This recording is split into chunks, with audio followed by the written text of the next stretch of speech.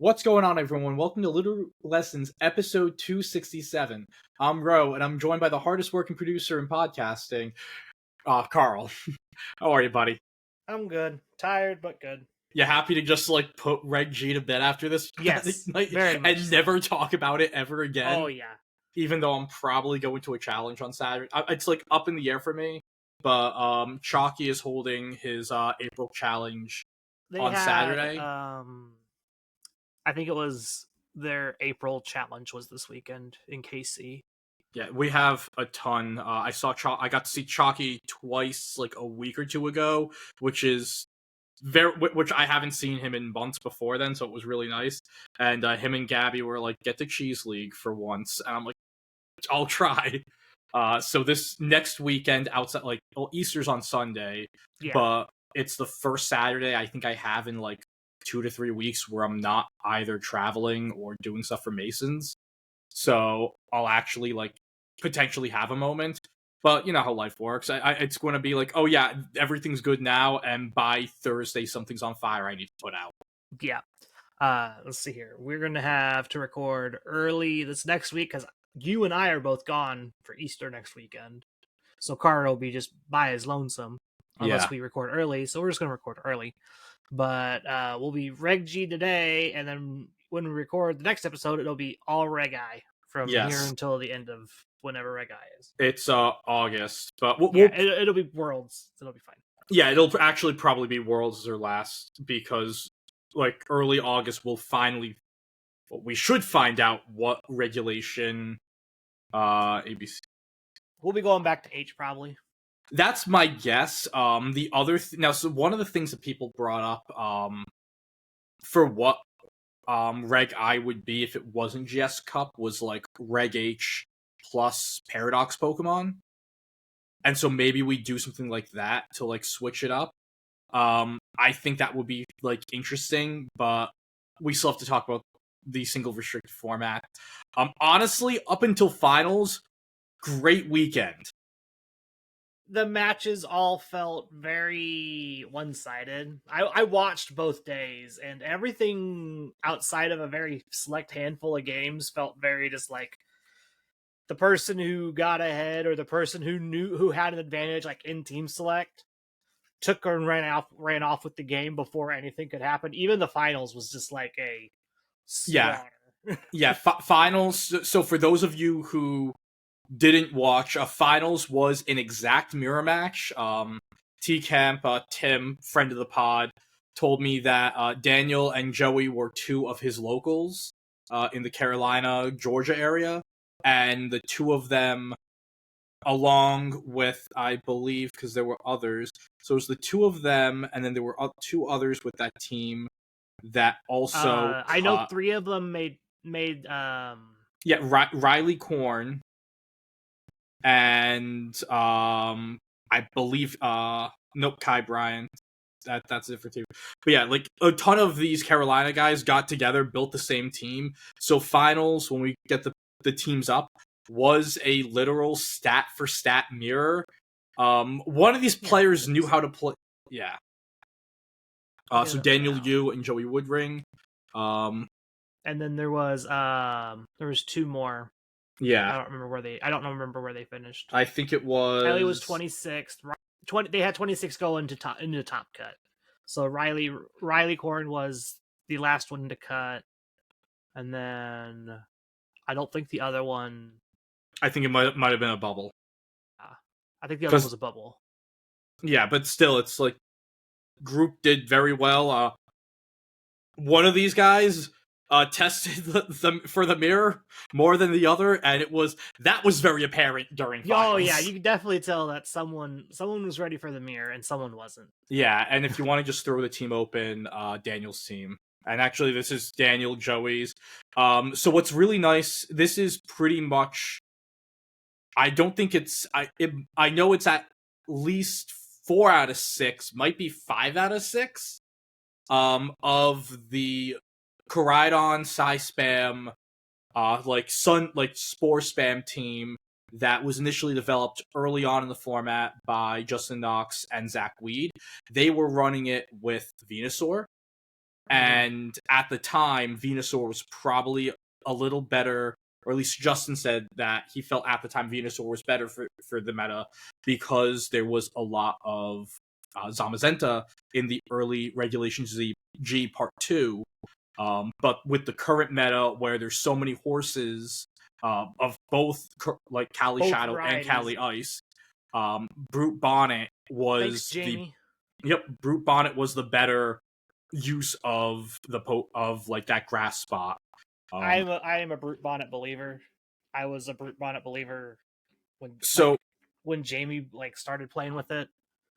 Yeah, Jamie definitely got ahead of the call, and then even just seeing stuff in Justin's server, Justin said that Zach Weed and their other team building partner Allie, like the two of them were pushing for Bonnet over Weezing. Not Bonnet over Weezing, Bonnet over Venusaur, specifically to help with the horses, and they ended up just not doing it again because they thought, I'd rather have Venusaur where I don't have the super, like I don't have Spore, but I also don't lose pretty hard, or at least hard, like my Zama matchup isn't harder, and I have a better fast mode. Like it balanced, it was pretty much like trying to balance those things. In general, I think this is a really, really cool team. It's cool to see both past and future Paradox Pokemon on the same team. It's also a very Gen 9 team. The oldest Pokemon on this team is Indeedee, which surprisingly is about like a 5.5, 6-year-old Pokemon. Like it's been a while since Sword and Shield have come out. You don't think about it being that old, but as someone who has recently just speedrun through the game to get a Calyrex Ice for Milwaukee, you could definitely, it's like, oh, this Pokemon's been around for half a decade. Yeah. No, they're old games. COVID when they came out, it was in the before times. But yeah, other things with this team, like the Calm Mind, Iron Crown is something that we've seen a lot. The Scarf Flutter on these Koraidon, Scarf Sash Flutter on these Koraidon teams has kind of been the staple at this point, especially with this.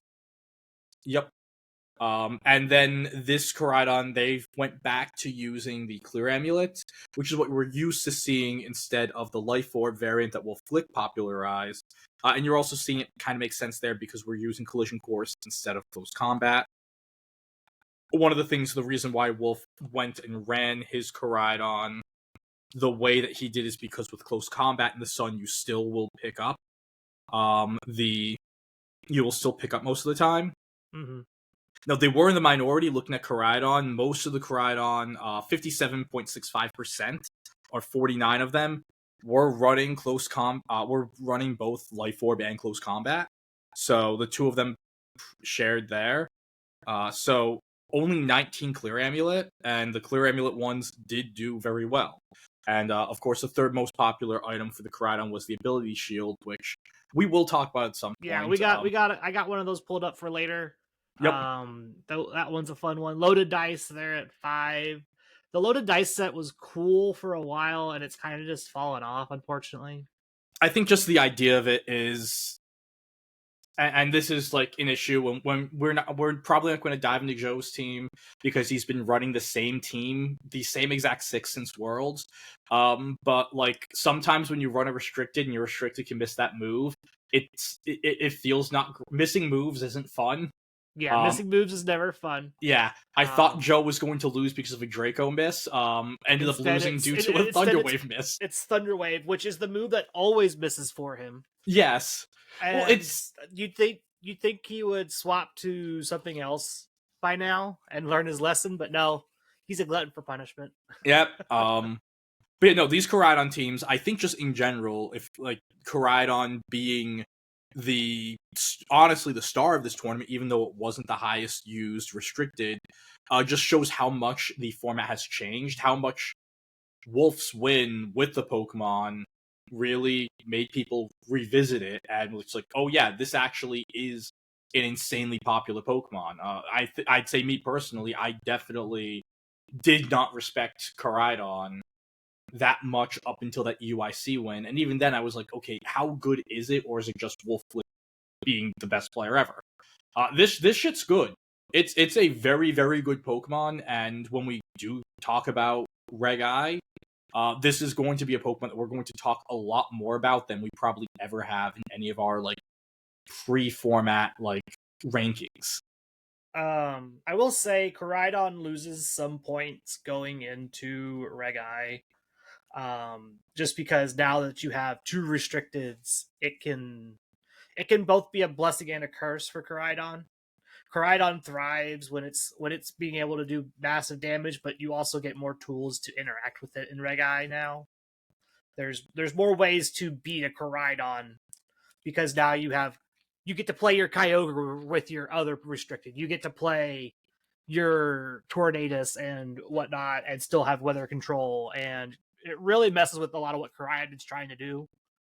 I think one of the other things that's really going to hurt Koraidon, and to a extent, along with Koraidon, to another extent, like Miraidon as well, is that moving into Reg I, we're going to see a lot more Calyrex Shadow and a lot more Sash Cali Shadow that are just running 252, 252. One of the themes of the day is that Fluttermane, Koraidon, Miraidon, and Chien-Pao all have the same speed stat. And so even when you're running maxed out speed, which a lot of these players were at this point, they were playing the speed tie game a lot. And what ended up happening, what's nice with Calyrex Shadow is that you just are faster.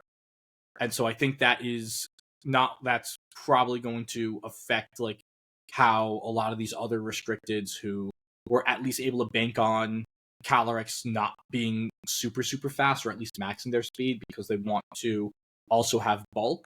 Well, now they are just free to run the Sash in Reg I. And from there, you can do this max. Calyrex Shadow and Calyrex Ice also both lose points going into the double restricted format because Zamazenta is easily slapped on every single team, and Lunala. Yep. And both of those Pokemon love to run Wide Guard, which makes both of those Pokemon much harder to actually get anything going. Yeah, and moving on to a team that would hate to see Wide Guard, 4th place Yuki Zaninovich. Yeah, this team is wild. This is like the most aggressive form of Calyrex Shadow you're probably going to get in Reg G. Now that's the thing. It's like at least for me, I've never seen Calyrex with Drago.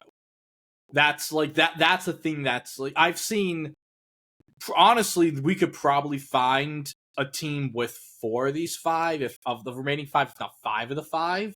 With a Pokemon such as Zacian. Like, Zacian and Zamazenta with Regidrago were common picks. If you were going to use Regidrago, it was probably with a dog.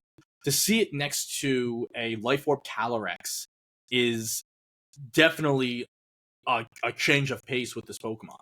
So, the reason it makes sense with the dogs is the dogs both usually have steel coverage, which makes sense because Regidrago's the one thing you can't hit is a fairy type, and so you need to make sure you have that answer to a fairy.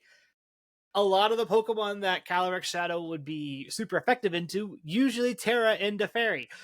So yeah, and so this also Regidrago it doesn't make a whole lot of sense. Yeah, and especially because you're seeing it's triple dragon coverage, pulse, meteor, and dragon energy.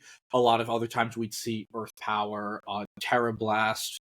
But no, it's Yuki is going all in on that Regidrago. And to an extent, though, against teams that don't have a Terra Fairy or don't have a Fluttermane, the Regidrago in itself, with the Tailwind support from Whimsicott, is a secondary restricted.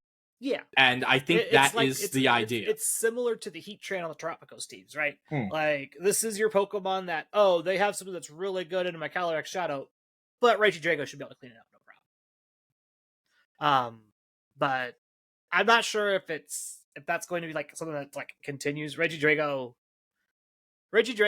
being requiring your partner to be able to set up your speed control in a format beyond Reg G where everything's about speed control. And Wide Guard. And like a Pelipper with Tailwind is this Pokemon's worst nightmare. You're gonna Terra Fairy Wide guard. Just yeah. Just untouchable pelipper. Which, like, it also leads me to wonder is like, how good is this team actually into Miraidon, right? Like, Miraidon also just Terra Fairies in front of you. And as someone who's currently playing Calyrex Ice Miraidon, I can live a lot of Life Orb hits from Calyrex Shadow. And without your Sash, you're probably not living a hit from me. So you're really reliant on the Ogerpon, Hearthflame, and Indeedee to like protect the king. This is like the epitome of the protect the king / queen type of team, which is what Reg G was a lot of. It makes sense, but being all in on that plan can also be detrimental. Yeah, one of the things that we saw in Yuki's top 4 match, he won very convincingly in game 1 of top 4 versus Daniel, the eventual winner. And then it's just like once Daniel figured it out, it's like, okay, I can stall out the psychic terrain. Brute Bonnet Sucker Punch is able to put a lot of pressure onto the Calyrex, especially if I force Terra onto something else. Like, he was able to figure out that path. And one of the things is with Daniel's team having Fluttermane, which was coming every game, you can't bring Regidrago. And going into a match where you have to play 5 versus 6 is very difficult, and it finally caught up to Yuki. I think this is an example of a very good team builder. Yuki is a member of that like Wolfe Glick group with him, the Aarons, and Marcus. So like, this is a player who practices with some of the best builders, and they definitely made a call. It's just that a bunch of guys in Carolina also made a call. that really was really good into this. Yes. Brute Bonnet single-handedly like really beats up on this team. Like, Terra Water Brute Bonnet is a nightmare for this squad. One of the big things when I started getting back into playing consistently was I was like big on Koraidon, Brute Bonnet, and so on. And Terra Water Brute Bonnet checks Urshifu, it checks Calyrex, it causes problems for Ogerpon. Like, you really gotta be ready to handle that Brute Bonnet when you're playing Calyrex Shadow hyper offense stuff.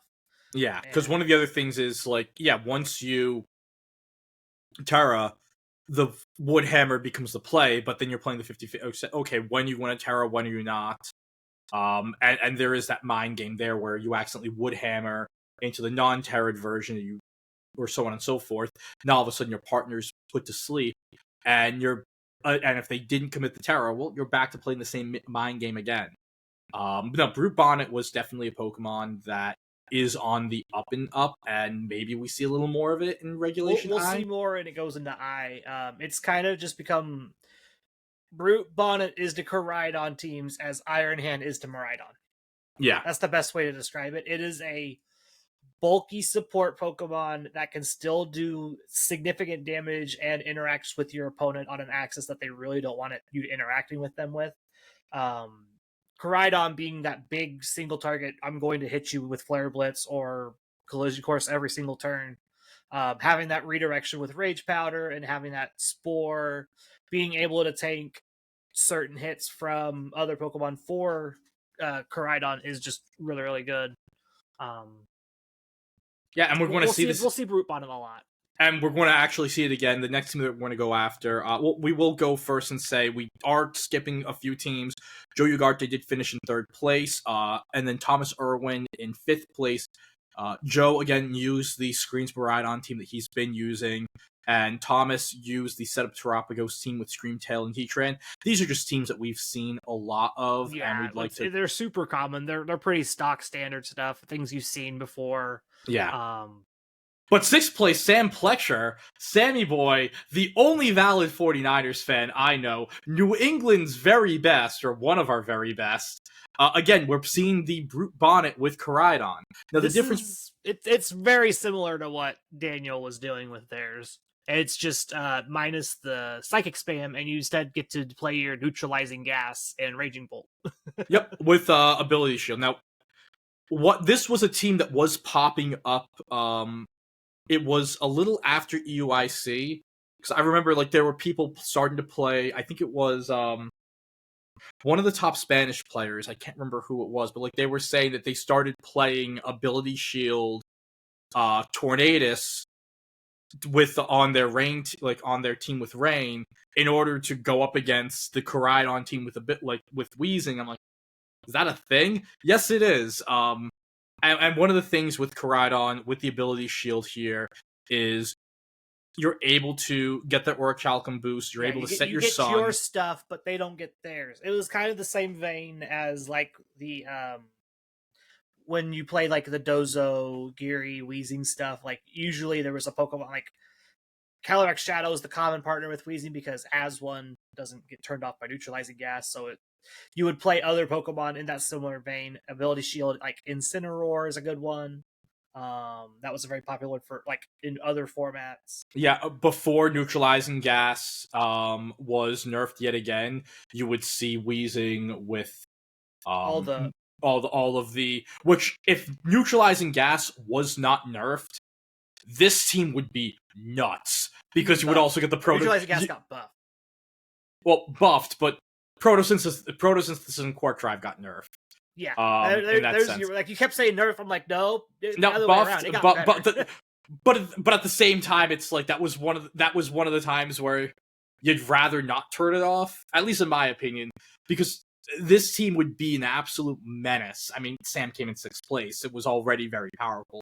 But imagine if you got to say, okay, well, my Raging Bolt can blow your shit up, and that's the thing is you get to determine. Yeah, you get to determine like when your stuff is on and when your stuff is off.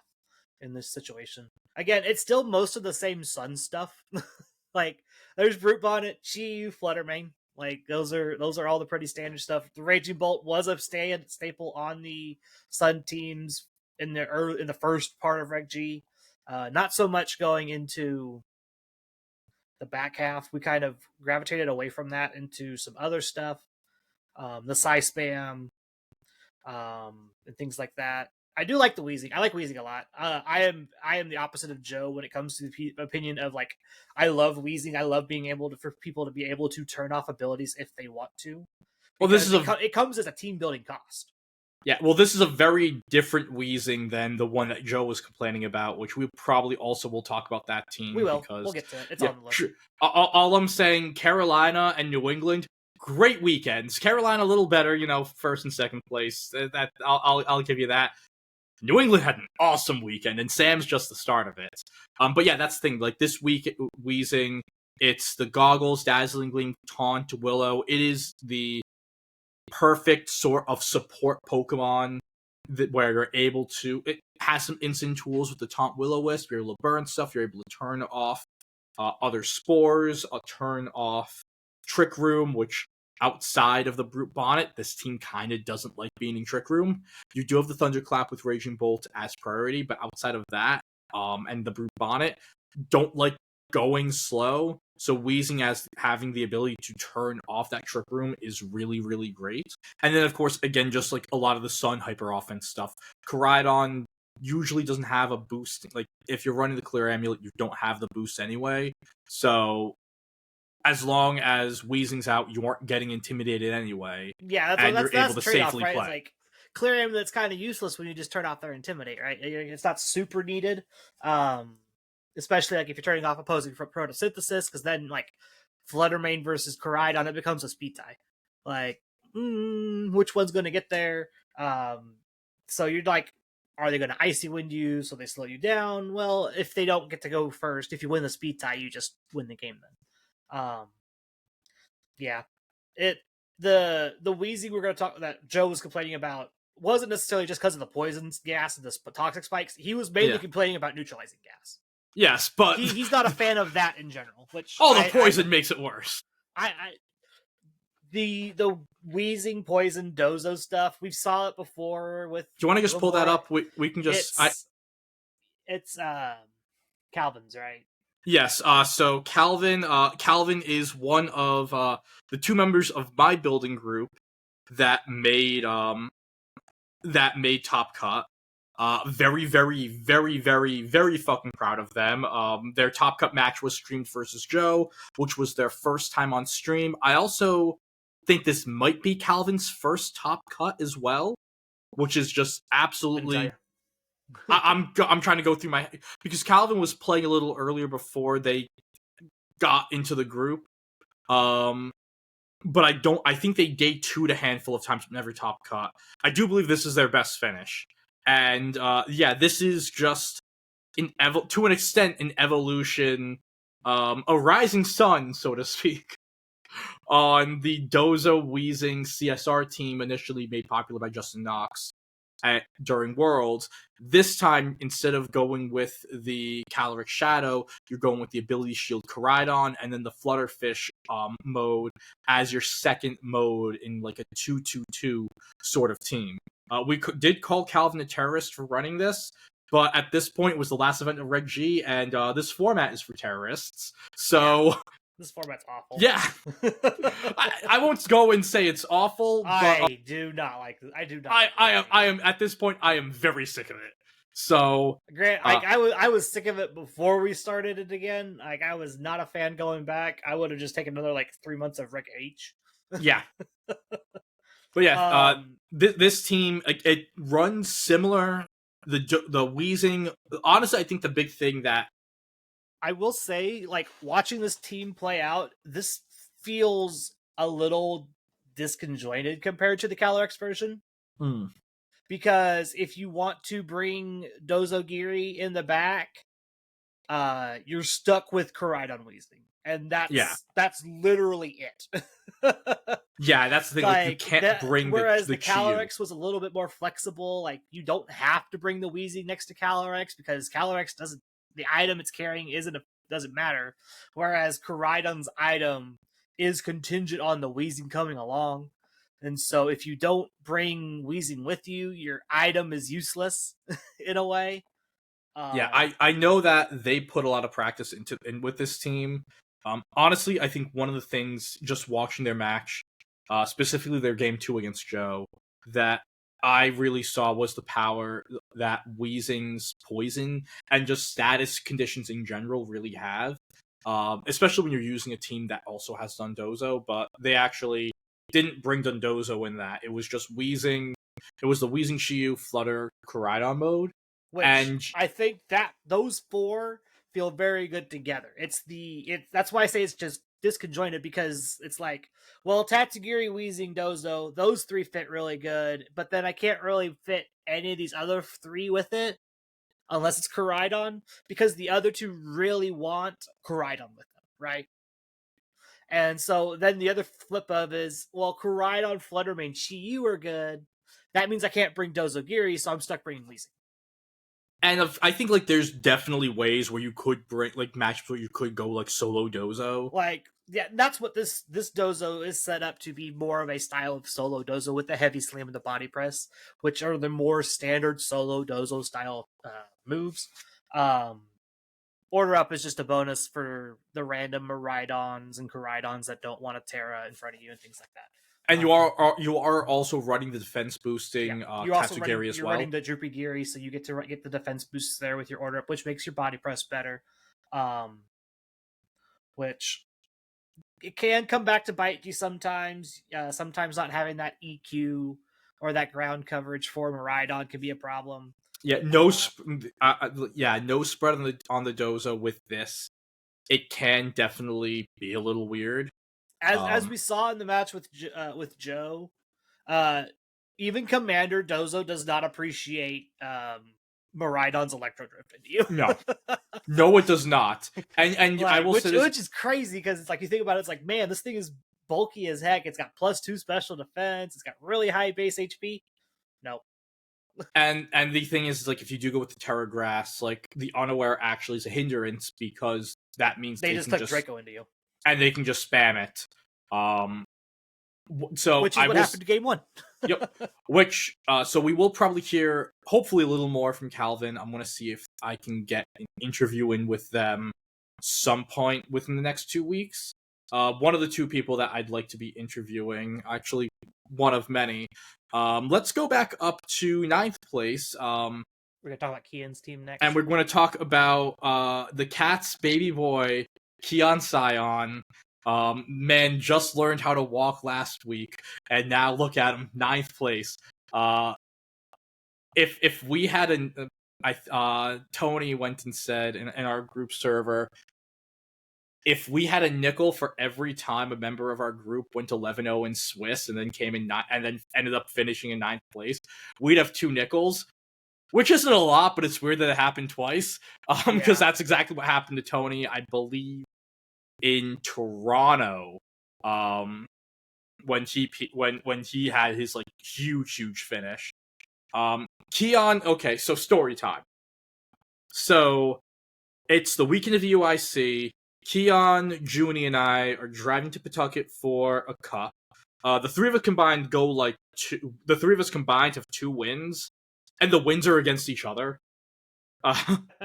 So not a great been there, done that.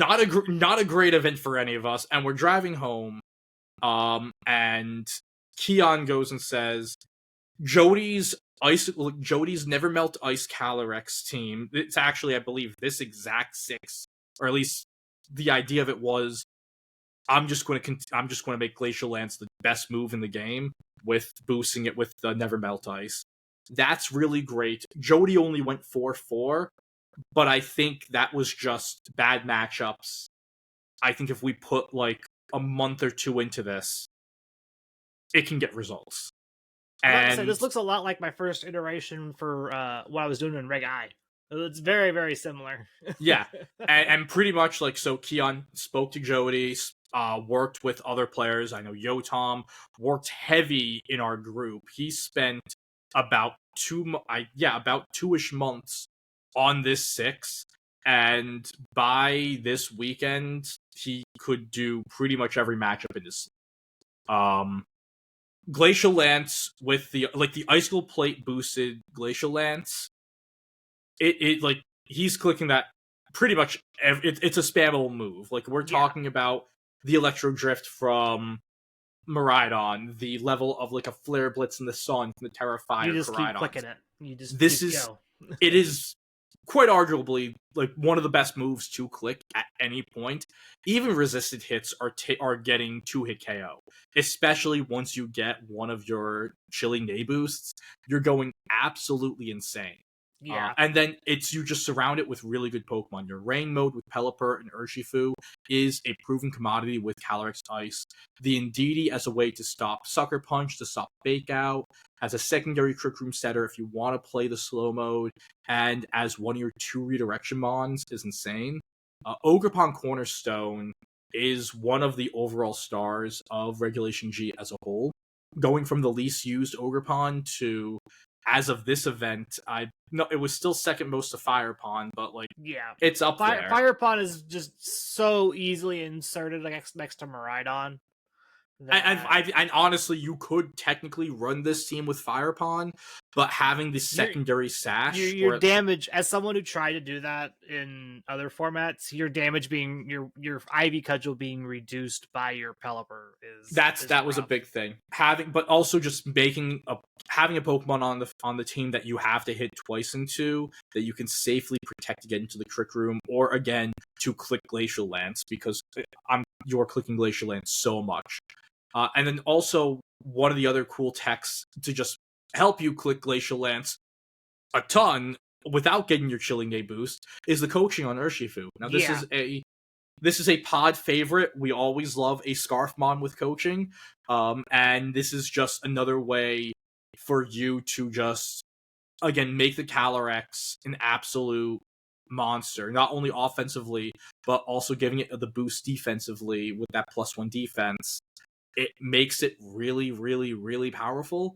And again, like, you get to +1, it's multipliers. The +1, the stab, the plate, all of it gets together, and you get to a point where nothing's living this Glacial Lance, even with the spread damage. I probably could talk for an entire hour just about this team, just about this person. Like, I love Kian so much. This is another one you just try to get an interview with. Yeah, Kian, we got so much stuff to talk about still. Yeah, so I hopefully with Keon and with Calvin, who I also love very much, and then Sam, hoping to get them on soon. I will have to ask them when they actually get home. What is the next team you want to talk about? Because those It's were like, team right after. It's Leonard's team. okay, Because this one's another style of that protect the king/queen in Lunala. Also, Leonard's officially local KC boy now, so oh, he's fully moved. he's up. He's pretty much up there 24/7 now. So, Okay, yeah, like the KC Discord was popping off, the St. Louis Discord was popping off when he got on camera. So he's officially Missouri local boy now. This is literally just the balance team. It's balanced with Lunala and this ability shield Tornadus. Like now, as we already insinuated, the ability shield Tornadus is specifically as your counter to the ability to the wheezing teams that we went over with Koraidon, because you don't want that sun up. So the ability shield lets you actually take your speed control, get your rain dance going, and not have to take a flare blitz to the face before you move. Yeah, pretty much. Which Sun isn't all that bad at Screamtail on this team just loves it, and so it's kind of just like your backup plan. If you need something else to like interact with your opponent, Screamtail is also fine. Especially like if they have like the Terra Dark stuff or whatever, like that the Calyrex was for, who was it? Oh, god dang it, I forgot their name. Yuki. Who? Yuki's Yuki. Calyrex. Yuki's Calyrex was Terra Dark. So it's like you want to be able to interact with stuff too, all the time, which Screamtail obviously is the best Pokemon at doing that. Having that non-prankster but faster than everything Encore and Disable. It's a nightmare to play against for a lot of people. Overall, the games, unfortunately for Leonard, they got knocked out real early. Like got knocked out. Top 16. Yeah, they were literally just a sliver, just 2 HP away from just being done. Yep. That Koraidon just living on 2 was just unfortunate. And then if they had gotten the double spiky shield, it was lights out. It was Leonard was on the back foot for both game 1 and effectively game 2, and the fact that they were still in it and won game 1 and then almost won game 2 after that was crazy. One of the crazy things as well is in Leonard's last match of Swiss, he beat Daniel Yu. Yeah. So he already had the experience. Has a fairly decent matchup into that the Koraidon team. Yeah, especially because like you usually see this team with Terapagos instead of the Lunala, and the Terapagos team gets farmed by Koraidon. Yep. And yeah, for him to beat the champion, but then in again a close set, lose to second place, a little fun. I would say a little funny. But even just going through the rest of his schedule, like you talk about the quality of player, Tanner Mask round 5, Thomas Irwin, who finished in 5th place in round 6. Thomas was his only other loss of the day. Round 8, Z Castiglio, and then day 2, Calvin Tobias, John Mills, Daniel Yu, John Mills, I believe, cut as well. No, he didn't. No. John, it was a John. He knocked John. Yeah, he knocked. Yeah, he knocked John. He knocked John. No, well, no.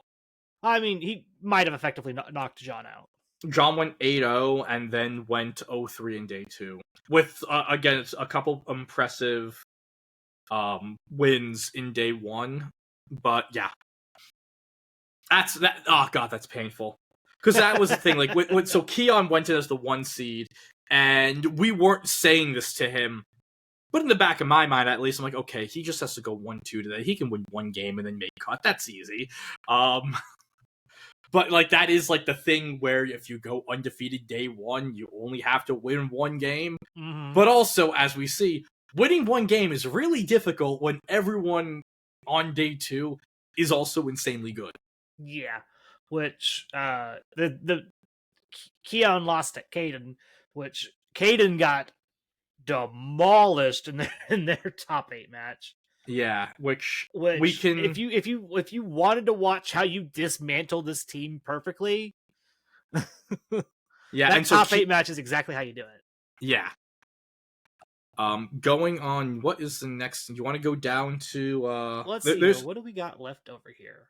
a handful like I find a little interesting. Nicholas Morales, our previous one of our other previous regional winners this year, had like a more balancy Calyrex Shadow style something. Yeah, throw that up. Still the Life Orb stuff, which we're used to seeing in Reg G. It's more common in Reg G. Roaring Moon helps a lot of matchups for them. Mind Shao also probably helps a lot. Yeah, so the Mienshao and Clefairy are two Pokemon that we were very used to seeing Calyrex Shadow with early on. And again, these are just Pokemon that play great roles. Mienshao provides you Fake Out, Feint support, Feint support, Self Protects. Your own Wide Guard, which really helps in the mirror, along with of course damage with close combat. Seeing that Nick is also running Terra Normal, it is like he really didn't want to lose that mirror. The Clefairy is also really nice because it gives you because it has After You. After You, if you don't know, it goes and pretty much the target Pokemon just moves after you. Yeah. So with Clefairy, it does what it says it does. Yes. So with Clefairy being so slow in Trick Room, Clefairy underspeeds pretty much everything that you're scared of in Reg G, besides like Torkoal, which Torkoal's not around much in Reg G, but no, it's on the super hard Trick Room teams, but like let's see, that's like the only team you see it on. So we did. It did have like decent its usage. Torkoal was 27th, and this is 27th, including restricted Pokemon. 7.3%, 7.03%. So pretty decent usage. However, the top Torkoal team only finished 50th. Yeah, like it's so like plus a lot of the like you have Roaring Moon to or Rapid Strike to eat the fire type attacks. That's not a big deal. Honestly, the Roaring Moon, like having the photosynthesis, like especially like if you have to lose your booster energy, coming back in to get the photosynthesis. Yeah, like you give it more, more help. Yeah. But bottom line with it, like once you're in Trick Room, you can have that Clefairy, stick it next to your Calyrex, and it's going to go after you, and then your Calyrex, who should be moving last in Trick Room, is moving second after your Clefairy and clicking the nuke funny button. So that's what the Clefairy is doing for the team. And then really like the Urshifu, Rapid Strike, and the Rillaboom. We talked about them last week. They're the two best Pokemon Generation 8. They're balance pieces on a balanced team that just do a ton of damage. Yeah. But yeah, this is a great... I am interested in why we are Terra Ghost on our Mind Shell. I'm not sure what purpose that serves. Yeah, because your inner focus. Honestly, is it just so the Fake Out doesn't break your sash? And that has to be the only thing. Like, because they still could hit you with it, but it's just like, so you don't break your sash? Like, that's the only thing I can think of. Because one of the things that, like, you could just be Terra Fighting to boost your close combat. I know, going back to the cats, Anthony was running Stellar Terra on Mienshao to make sure he got a boost in his Ice Spinner and his close combat. Yeah. Because, like, outside of that, like, with the inner folk, if you're usually not running Protect on Mienshao, but your inner focus means you don't really need it. So the Terra Ghost only has to be to make sure you don't lose. Just in that one niche scenario where someone's going to click it, like you're going to click the Fake Out into it anyway just to break the sash. But at that point, it's just like you're effectively wasting your Terra. I feel like I was going to say in the grand scheme of things, especially for a team like this, if you're clicking the Terra on Mienshao, something probably went really, really bad to begin with. Yeah, like you're either already winning and already ahead and you're just doing it for the funny haha content button, or you really, really needed it for some reason and you're really, really behind. Yeah. Going through some other teams. Looking through. Riley, we mentioned playing the winning team. winning team. Mason Cutler has the Wheezing Calyrex Shadow combo. Now we throw that because that's a little different than what we usually This one's see. a little interesting in general because there's a Zoom lens. Now, we know what Zoom Lens is. I'm not going to talk about it, but like with a Pokemon like Weezing, this Pokemon probably is completely bulk invested. So you're probably similar to how the Heatrans are usually relatively bulk invested. They're not going that fast. The Zoom Lens probably is going to go off, and it's going to help you with that Gunk Shot. And Again, and your Willow. So Pain Split's cute. It's just another way. I honestly think the cutest thing about this team is the Calyrex Shadow itself. You're seeing both Pollen Puff and Encore. So Pollen Puff, people forget. As someone who's played a lot of Reg I already, this actually isn't surprising me. So it's surprising for regulation for this regulation. Someone was playing an I for a little bit, realized that Calyrex got Encore. Yeah, and they brought it to their Reg G team. So I knew Calyrex got Pollen Puff because I ran Pollen Puff Calyrex. The Encore is a fun little tech. One of the things that people forget with Pollen Puff a lot of times because it's Namungus using that attack. It is base 90. Yeah, it's still a good damaging move. it's a really good damaging move. And it just, you don't think of it because it's in the Moongus and the special attack stat is the dirt, and you aren't even investing in it anyway. But when you're running a max Calyrex with this Sash, yeah, your bug weak Pokemon opponents are going to go down. It's honestly a great tech into Dark type Pokemon that the rest of this team really doesn't have. Another interesting thing is the Rillaboom, which we've seen the Miracle Siege Rilla. But Miracle Seed 3 attack, Fake Out, and all 3 attacks are grass damage. That's interesting. Mm-hmm. One of the things the drum beating's kind of clever. And that was something that we saw early on in the meta. This like pretty much max speed Rillaboom with the drum beating acting as another form of speed control, which is one of the 2 forms of speed control this team has. The drum beating there, along with the Electro Web on the Raging Bolt. But seeing it on a Miracle Seed Rillaboom, like it's not going to be as bulky as you expect it to be usually, but you're probably picking up a lot more KOs, and since you are faster, you can probably, like, especially if you get a drum, you catch a lot of people off guard. Yeah, being that fast. And if you're going to be using common Pokemon and you want to get people thrown off guard, even with open team sheet where they can see, oh, your Miracle Seed with drum beating, all that, it just, even if you know it's coming, sometimes it just throws off your internal calculator, where it's like, oh, I assume I'm going to outspeed this, and then you don't. You're like, oh, shit. And yeah, whoops. Like, also, having side Pollen Puff to help your non-bulky Rillaboom survive is also nice. Yeah, like and that's the thing with Rillaboom. If you're assuming this is Jolly Rilla, it hits 150, which is pretty speedy. In this format, because like it feels like in this format you either have Pokemon that are just fully invested in speed, and those are the ones that you expect, or fully invested in bulk, and those are the ones that you expect. And you have this like middle ground where like that 150, especially after a drum beating, you're actually outspeeding a lot of stuff once they get to -1 with the Rillaboom, and then you're able to get that Wood Hammer off. And of course, if speed doesn't speed doesn't really matter that much when you also have the Grassy Glide as well. But when you lose terrain control, you have those 2 attacks there. Which terrain control's very hard to do in this format a lot of the time with a DD, Rillaboom, Koraidon running around back and forth. Probably going to get harder next format too. I would expect to see a lot of electric and a lot of grass. Indeedee is going to be harder to slot in on a lot of teams just because you have 2 restricted instead of 1. Indeedee was that good 5th Pokemon you'd throw on your team because you wanted second Follow Me or you wanted second Trick Room Setter. And I feel like it's going to be much harder because now instead of Indeedee, you get Lunala or Calyrex Eyes, or you get an actual offensive threat to set your Trick Room for you instead of it just being your 1 restricted slot anymore.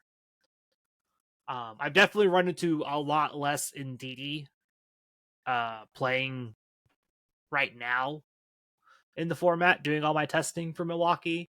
But it's definitely still seeing play. It's just not seeing as much as Rillaboom and how much Koraidon is just running around now. Yeah. I would be remiss if we didn't talk about Tinglu Dozo. That made sense. Yeah, no, that is you're right. You have a type and it's thick it's boys. It's this boys. It's this guy right here. It's these three. Zamazenta, Dozo, Tinglu. Like this is my jam. Now who is this? This is Will's team. Yeah. Yep. Will in Ebonet. Yep. I didn't butcher that. Didn't butcher it at all. Sorry, Will, if I did. This is the taunt Sand Tomb Fissure like yawn. This is the I'm going to stall you out because I am annoying and every game's going to go to almost time, and this is what makes rounds take forever. This is okay. So actually, round we give this team a lot of shit. It doesn't actually take forever, but no. I was gonna say round one. Calvin did get into a Dozo mirror that went 3 games, and it did make round 1 take forever. Yeah. But yeah, this is the terrorist team, but again, terrorist friendly format. Yeah. The Tinglu and the Dozo do a really good job of covering each other. Terra Bug on Dozo's interesting. I haven't really seen that one too terribly much on Dozo. I really like the Terra Bug, honestly. I do like it. It's just interesting. I've never really seen it. Yeah. And so it's like, and the base of the team, Elizabeth, who is a Japanese player, I believe they won like the February global challenge with this 6, or at least the idea of Tinglu, Dozo, Zama, Chien, and I think like the other 2 spots might have changed. Might be the same. I can't remember exactly. The other 2 spots are kind of flexible. Rillaboom's almost always there because Rillaboom's just really good glue. Yeah. Being a grass type, it helps hit the things that Dondozo can't hit. It sets terrain for your solo Dozo, which loves the recovery. Zamazenta also loves that recovery. The Fluttermane spot's kind of where it gets a little wishy-washy. I know people in Reg G have been playing, like, you play with those 5 and then just Calyrex Shadow Rider slots in that Fluttermane slot. Yeah, that would definitely, in Reg I, that definitely makes sense. Like, that's kind of been what it is for, like, Stally stuff. There's also another version of Stall running around with Toxic and a bunch of nonsense, and it's annoying. It's beatable, but it's annoying to sit there and grind with. So, like, once you know how to beat it the first time, I just skip it every time I see it in Showdown now. So, one of the things with this Fluttermane is that it is, like, a mix of both support and offense. This is one of the disagreements Jay and I would always have is how to run Fluttermane, because I really, really enjoy, like, the Icy Wind Taunt, like, or like you would have 2 of 3 of Icy Wind Taunt or T-Wave along with the Moonblast and the Protect. Jay always was like, no, you need the Shadow Ball, like you need the Shadow Ball Moonblast, and you put your little tech move why in. Not both? just everything. I mean, you can't just drop Protect. No one needs Protect. Yeah, and that is the thing where you have the Protect on Chien, Zama, Dozo, and Tinglu. Rillaboom has Fake Out. What are you doing? Is your turtle hitting on the tank? No, so there's like a corner that's like beneath a few rocks, and she just gets herself into the corner and then gets herself out, but to do it she's like sideways and in a 45-degree angle. The tank is a bit messy. I'm getting my guy to come tomorrow or Tuesday to the filter is acting weird, but trust me, a little weird. Anyways, yes, the Fluttermane being able to do everything there. You have 4 protects already on your team, so you can forego a protect. It's not like you miss it that much, and it also lets your Flutter do everything you need it to do. You're also Terra normal, so it's like the one moves that would normally hit you, you can just Terra away from that super effective hit that's going to OHKO you. Yeah, Terra normal with a booster energy, and you can presume at this point you can pretty I would much presume speed. With Icy Wind, I would almost always presume speed. I think at this point you can presume speed with every Flutter you see in a restricted format because, as we already talked about, you speed tie with Koraidon, Shenpao, and Miraidon, and you don't want to be slower than them. You say that there was Andre's team. His Flutter main was it was booster attack. special. It was So it was photosynthesis special with the specs. That sucker hit like a truck. Okay, yeah, but like in most cases, it's going That's what to I be say. booster speed. You can almost always assume, like, if I see Icy Wind on the team sheet, I'm going to assume speed. If I do not see like a booster energy or anything like that, I'm going to always assume it's either special attack or they have Koraidon. Yeah. And so yeah, the Flutter's like really, really great here. And this is just another really good team. It's just I'd say the downside isn't that it's a bad team. It's just not a great team for the format. A well piloted like the Terrifier Koraidon stuff runs through this entire team, and it's just like, and that's to an extent why the Zenta usage has really dropped. It's because everyone realized that Koraidon is really, really good, and in the format when you're only playing one restricted Pokemon, and your matchup into the dragons. Zamazenta was never a good single restricted. It does not do enough by itself. It was always just dependent on the format that it was in, and the format earlier on was very, very friendly for Zama, and now it's very, very unfriendly. Just going through, I believe it's the only Zama to cut. It was the only Zama. Yeah. So again, it's just not a great format for Zama, which, next format, it is the most splashable Pokemon. It's so I would say between it and Lunala, those are the two super splashers. Yeah, and so get used to seeing it again. What else would be here? I kind of ran out. Like, I was going through like all the 7 and 4 stuff and the 6 and 4, like 6 and 5s. Like, there's some cool techie things, but nothing like really stands out. Because, like, again, you went 6 and 5. Like, yeah. Like, there's a reason why you weren't near the top. I was looking for the highest of the Arubega Miraidon team, so I was trying to find where the highest finish of that was at. That is probably, I know Zazang came in 28th. He cut with it. Again, New England's finest.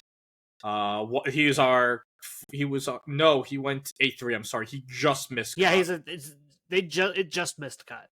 Yep. Overall, Miraidon didn't have an unbelievable weekend. That's usually what happens to the top restricted in a format, right? Like, yeah, when there's a known team like this one out there that like the 6 doesn't change between events, and it's like it's always the same thing pretty much every time.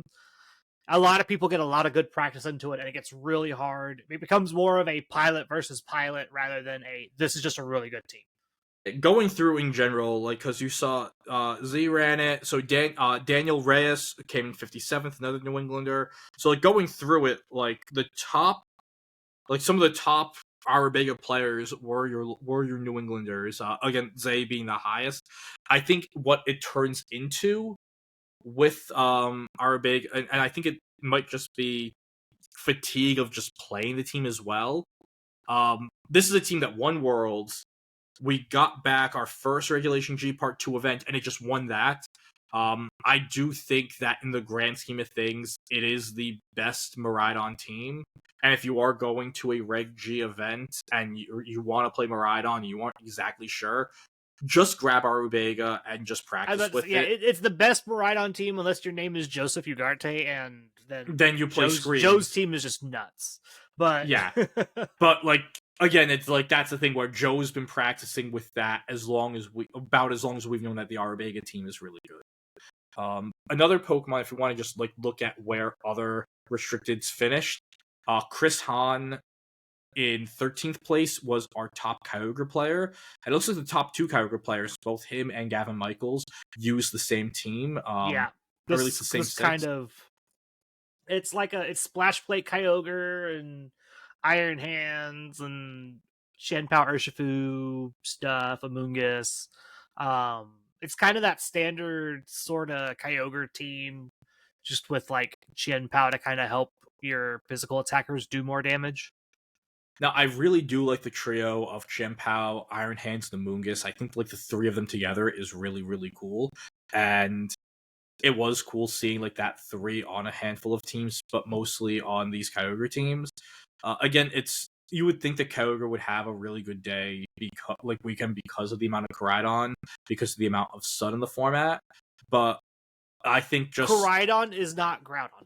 It's not. That's the thing. It's not Groudon. So they can click close combat into you. You don't like taking one of those or collision course. And that is, I think, one of the things where it's like on at least when you're looking at the fact that Koraidon resists your water type attacks, which is a huge portion of what you're doing with Kyogre.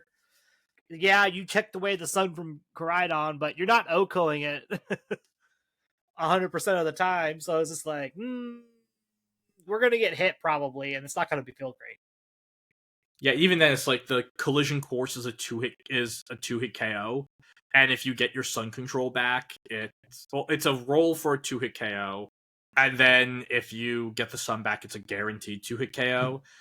And so it's like the fact that they can 2-hit KO that way, and you have to play Ice Beam games. And if you're clicking Ice Beam, you aren't clicking the best move that you want to be clicking on the on your Kyogre. So that in itself takes it away. Other Pokemon that we haven't talked about, we already talked about the top Calyrex Shadow team. Talked about the top Calyrex Ice.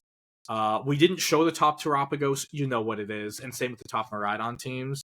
The top Lunala, like we covered a lot of the key restricteds that were like big.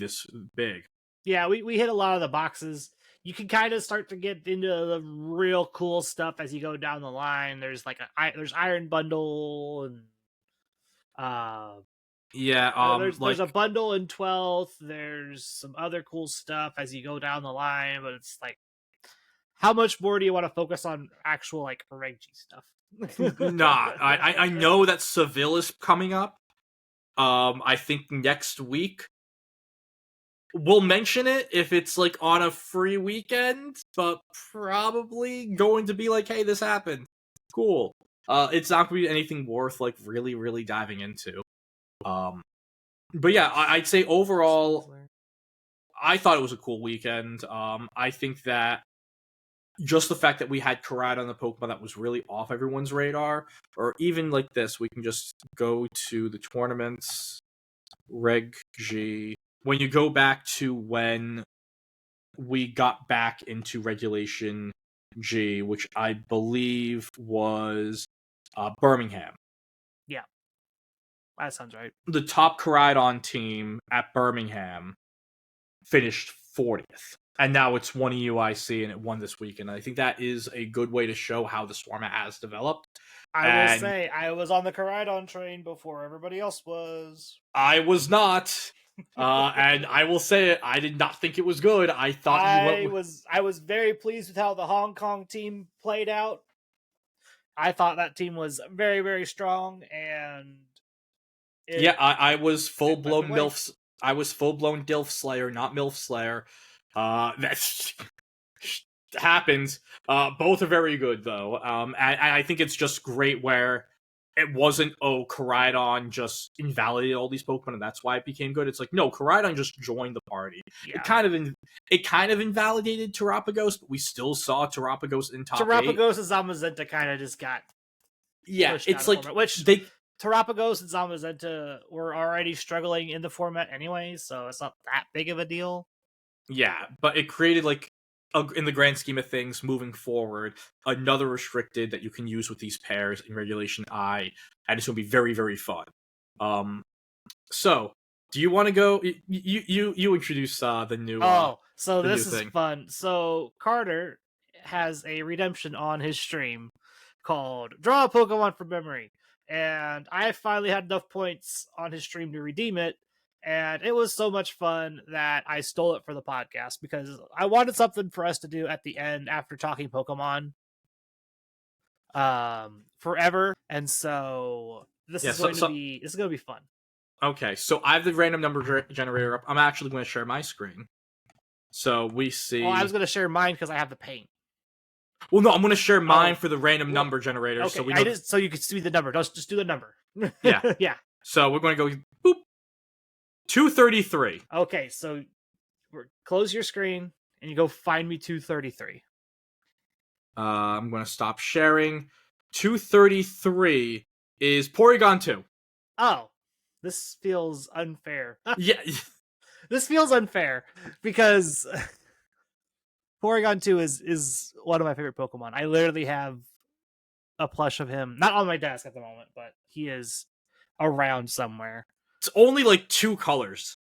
Yeah, so we're going to zoom out here.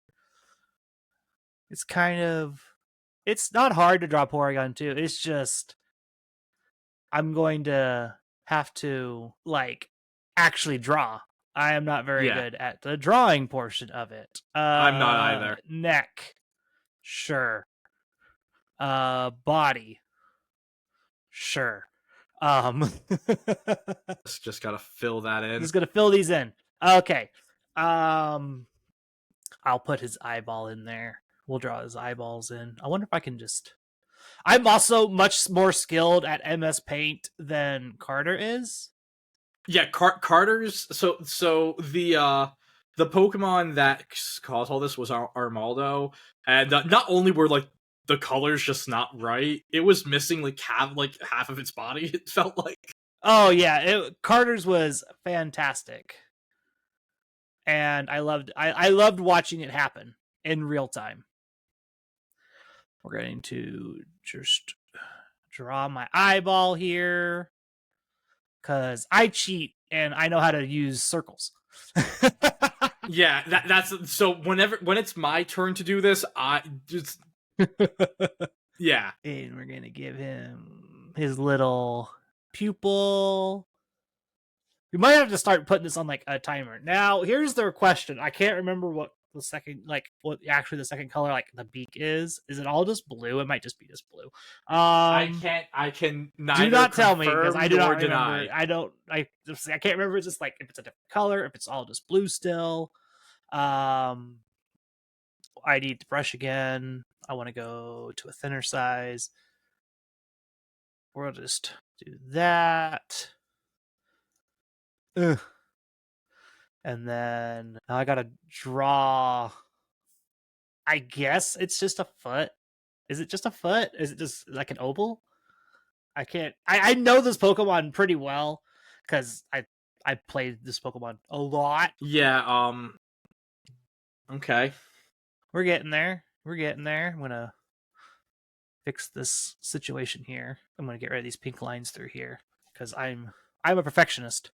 And this stuff drives me nuts. And now I'm fairly certain he has a tail. I'm also probably the worst person to get this the first time because I'm also very good at like remembering what things look like.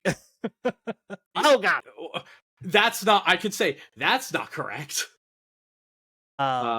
Let's fix, yeah, I think his tail's not like completely locked in. I feel like I would be good at like I'm not good at the drawing part. I feel like I would be good at like the remembering what the Pokemon looks like. But then I also know like I will end up not being good at this. Okay, is that your final? I'm going to do my last little thing here, which this is the OCD perfectionist in me because I want to fix the beak. This. I want to fix this little spot here. All right. This is it. Okay. We're done. Do you want me to show you what it actually looks like? Let me sign in. Okay. There we go. Calling it. Done. Okay, so hands off. So I'm gonna take over. And you were pretty damn close. Okay, cool. Because I did it from the side. You did it from the side. So I didn't have to worry about the belly. Yes, but the belly is the belly is blue. But yeah, you did it pretty solid. I'd say it was also like a relatively, even just like the shape of the Pokemon. I think it's just circles and ovals. Yeah. It's a friendly Pokemon to draw. Now, if we went like one up or one below, not you, Cyndaquil, but like if we went to Stantler, little more difficult. Granted, Gen 2 is one of my favorite Pokemon generations, so I know a lot of these by heart. So the thing if is, you get me into like Gen 5 stuff, well, that's the like, thing. So when I went and ran this first, it wouldn't have been that bad. When I first ran it, it was Zorua, but like Zorua's again, Zorua is a fairly popular Pokemon. Yeah, probably would have gotten that one pretty easily. So the number generator was definitely on your side. When it's my turn to do this, good luck, everyone. It'll be easier than you think. It's not that bad. But I will say, for the first time doing the segment like live, that was actually pretty nice. And by live, we also mean like we never tried that before. Yeah, but to say I wasn't sure if MS Paint was going to actually show up. I was really worried I was going to be able to share it. I was like, I don't know how I'm going to do this otherwise. Yeah, but yeah, that is how we're going to sign off Regulation G. So we will be back next week. With Carter probably, because we're doing Reg I duos tier list probably. So we will have to find a tier list. I'm pretty sure someone's already probably got one. Has to have. And yeah, that is it. We'll be back with that. We'll be back with me interviewing my talented friends because they're talented. Yeah. And yeah, get ready for the random New England Roundtable to come up at some point. Thank you very much, everyone, for watching. You can always find all of our videos, including, again, upcoming New England Roundtable, all of our podcasts, and any other stuff that comes up from us on our YouTube page, Littleroot Lessons. You can get all of the updates posted on our Blue Sky, which is at Littleroot Lessons as well. You can catch the weekly podcast on YouTube, along with all of our podcatchers, such as Spotify, Apple Podcasts, Google Podcasts, if that's still a thing. Can't remember if that's a thing or not. I think it is. Or any other RSS feed like podcatchers that you personally enjoy using. As Carl already said, you can join us in our Discord, where we have discussion on Regulation I, getting ready to. A lot of people are getting ready to go to Milwaukee, including Carl himself, which is going to be in 3 weeks, I think. So Easter, anniversary weekend, Milwaukee. So yeah, 3 weekends. Yeah, 3 weeks. So that we're going to be hitting the ground running with our coverage. And if you want to be first there, join the Discord. It's a great place, and that is it for us. As always, thank you for joining and listening in, and have a great week, everyone. Bye.